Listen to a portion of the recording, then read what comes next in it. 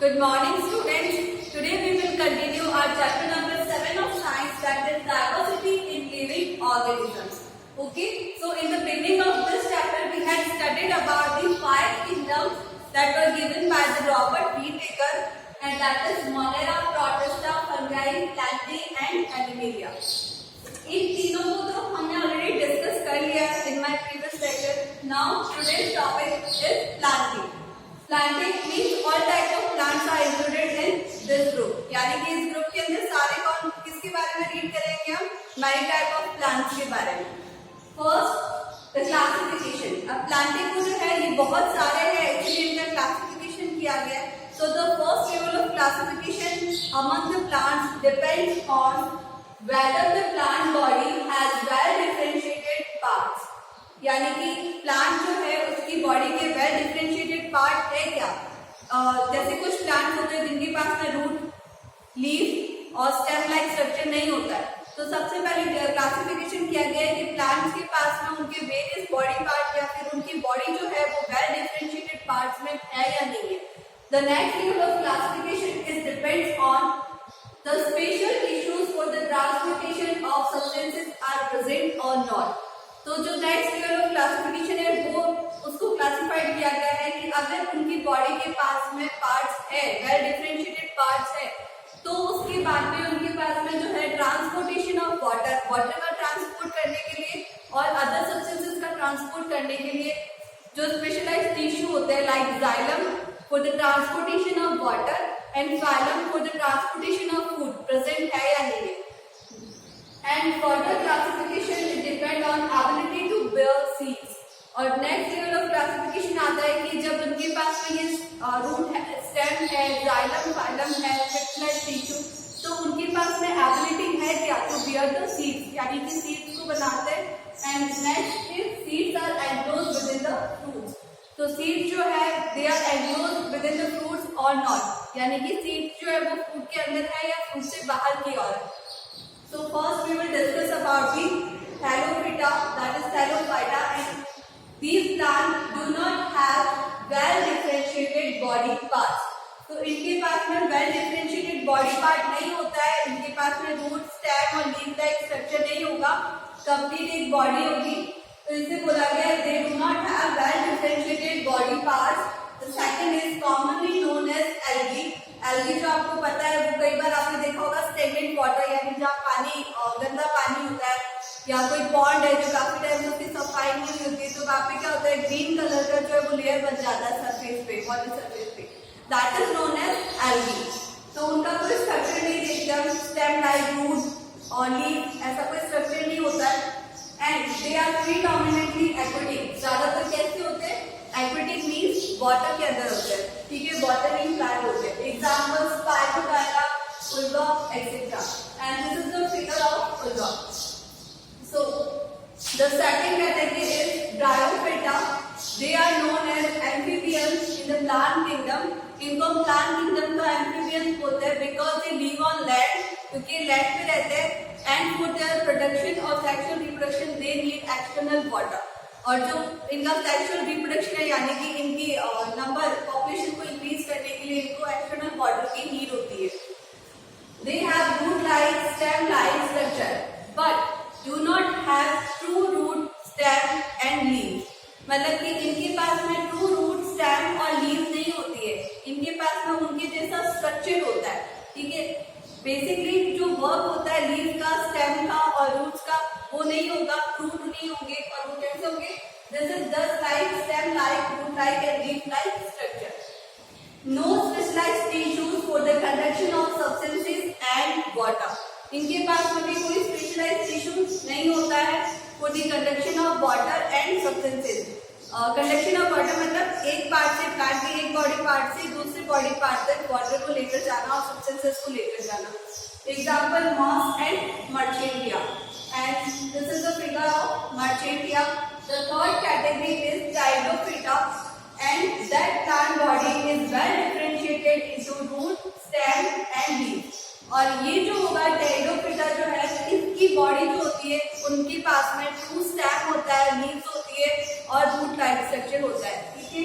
Then they have special tissue जैसे ही आपको पता चले कि कोई भी प्लांट है उसके अंदर स्टेम है, लीव्स है, रूट्स है, इट मीन्स उसके पास में स्पेशल टिश्यू भी होगा for the conduction of substances and water. Okay, example ferns, Marsilea etcetera. So students, आपको ये लिखना नहीं है, ठीक है. I will provide you notes for this all. So first of all, do not right this in your notebook. Okay.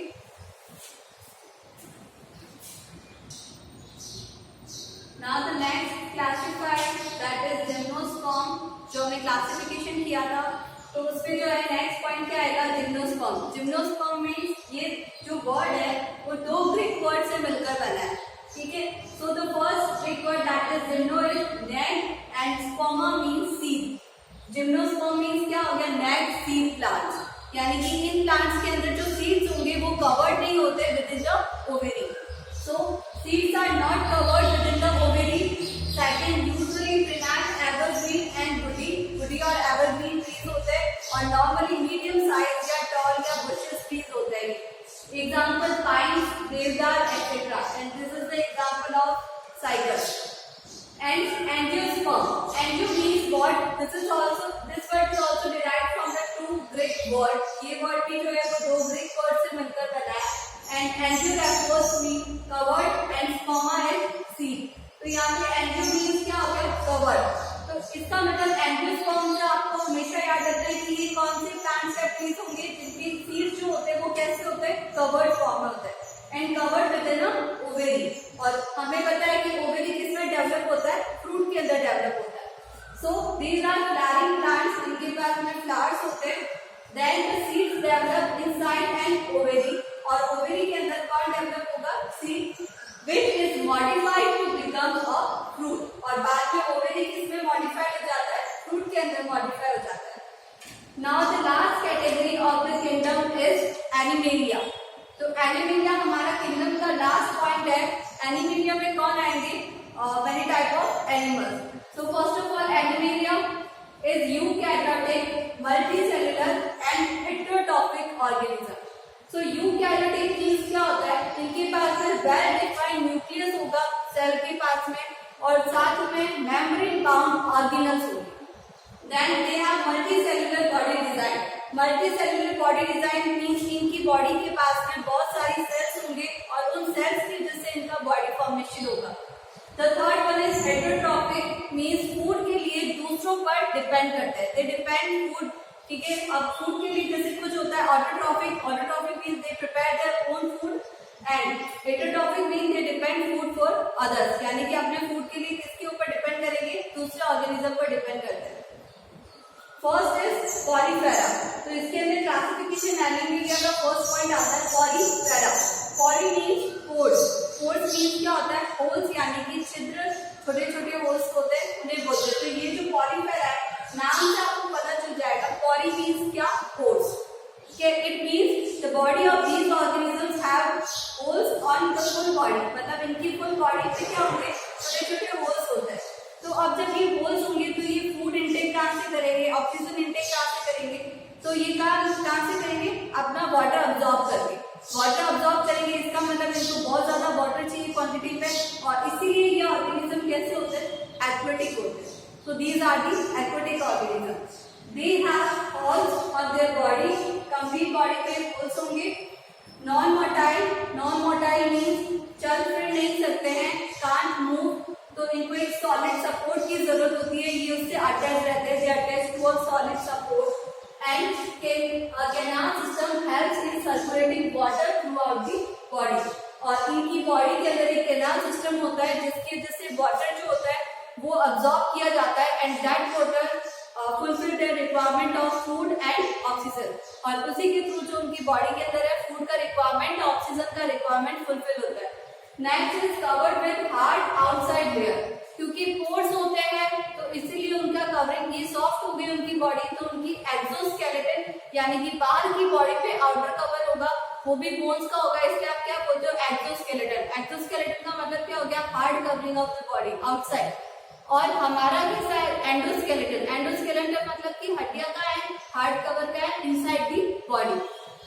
Commonly known as sponges. इनको जो है कॉमन एक नाम देते हैं स्पॉन्जेस। स्पॉन्जेस क्यों देते हैं? क्योंकि स्पॉन्ज में भी कैसे होते हैं, होल्स होते हैं, और स्पॉन्ज भी क्या करता है, वाटर को होल्ड करता है। तो वैसे ये भी क्या करते हैं, वाटर को इंटेक करते हैं, तो इसीलिए आप इनको कॉमन नेम क्या बोलोगे, that is sponges. And marine habitats, they found normally in marine habitats, यानी सी हैबिटेट्स के अंदर जो सॉल्टी वाटर होता है उनमें होते हैं। Example Cyprus and Spongilla et cetera. So now is Calendraria और Nigeria। अब इनके अंदर क्या होता है, they are also an aquatic organism, लेकिन इनकी body, these organisms body are well differentiated into the parts, यानी कि इनकी बॉडी के पार्ट्स होते हैं, इनमें जो उनके डिफरेंशिएटेड पार्ट्स नहीं होते, क्योंकि ये सपोर्ट करते हैं, स्पॉन्ज की तरह रहते हैं और मोटाई नहीं कर सकते। जब ये मोटाई नहीं करते तो इनको चलने फिरने के लिए कोई भी पार्ट्स की जरूरत नहीं होती है। So body is made up of 2 layers of cells, और इनकी बॉडी जो होती है वो 2 लेयर ऑफ सेल से बनी हुई होती है। The first layer outside and the other layer is inner lining of the body. First layer of cell क्या करता है, outside की बॉडी को डिजाइन करता है, and the second layer forms the inner lining of the body. Example Hydra and jellyfish। वापस से कह रही हूँ, आप लोगों को ये काम नहीं करना है अपनी कॉपी में। I will provide you separate note for that work. Okay, thank you.